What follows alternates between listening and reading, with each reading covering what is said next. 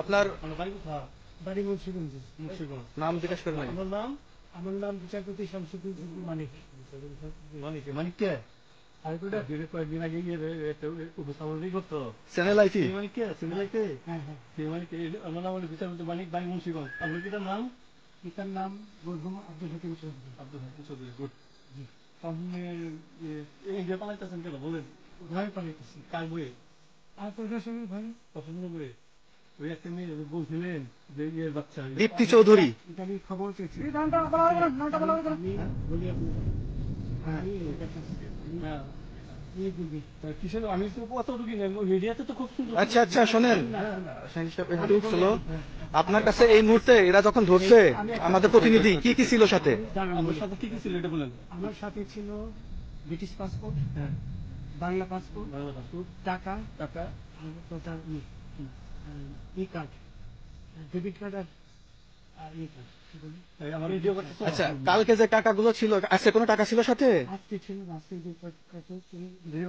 হ্যাঁ, 40,000 আজকে আজকে যেটা কয় টাকা ছিল? দেখেন।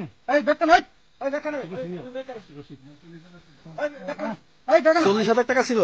কালকে যে দুজন টাকা নিছে ওদের কাছে কত টাকা ছিল? কথা বলবেন না আমার সাথে, আমার সাথে রাবিশ কথা বলবেন না। আমিও দেখেছি সাইদের হাতে অস্ত্র ছিল। অবশ্যই ছিল। আমি কি অন্ধ মানুষ? তার হাতে লাঠি ছোটা ছিল, আমি নিজে দেখেছি। লাঠি দিয়ে সে মেরে আপনি শোনেন, আপনি তো একা দেখেননি নাকি, আরো অনেকেই দেখেছে। সেটাই বলছি। চলেন, আমিও দেখেছি, আমি দেখেছি যে আপনার অবস্থায়। কথা শুনে মনে হচ্ছে না আপনি দেখেছেন। ডোন্ট প্লিজ এই ধরনের রাবিশ কথা বলবেন না আমার সাথে।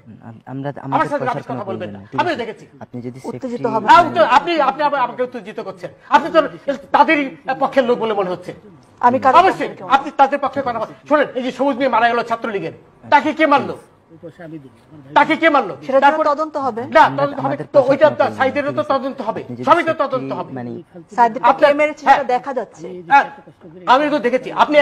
আপনি আমাকে বোঝানোর চেষ্টা করছেন যে আমি দেখিনি নাকি? এই ধরনের রাবিশ কথা আমার সাথে বলবেন না। ঠিক আছে, রাবিশ কথা বলবেন না। আমি কিচ্ছু রাবিশ বলছি না। অবশ্যই রাবিশ কথা বলছেন, অবশ্যই রাবিশ কথা বলছেন। ঠিক আছে, আপনি ওদের পক্ষে হয়ে কথা বলছেন। আমি কারোর পক্ষে কিছু বলছি না। স্পষ্টভাবে ওদের পক্ষে হয়ে কথা বলছেন।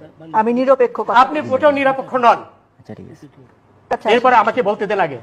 এরপরে আপনার প্রশ্ন করেছেন, এটা জবাব নেন, তারপরে অন্য কথা বলছেন না তো, আপনি প্রশ্নের উত্তর দিচ্ছেন। হ্যাঁ, না, আমি আপনার প্রশ্ন, আমার প্রশ্নের উত্তর পাননি, অথবা আমার প্রশ্নের উত্তর বোঝার মতো মেধা আপনার নেই। আচ্ছা, এখন কথা হলো, হাসবেন না প্লিজ, ডোন্ট লাফ এট মি। আচ্ছা, এখন কথা হলো, জাস্টিস শামসুদ্দিন চৌধুরী মানিক, আপনি আমার নামটা ভালো করে উচ্চারণ করতে পারেন না নাকি? আমরা আমাদের পয়সার কোনো এটির থেকে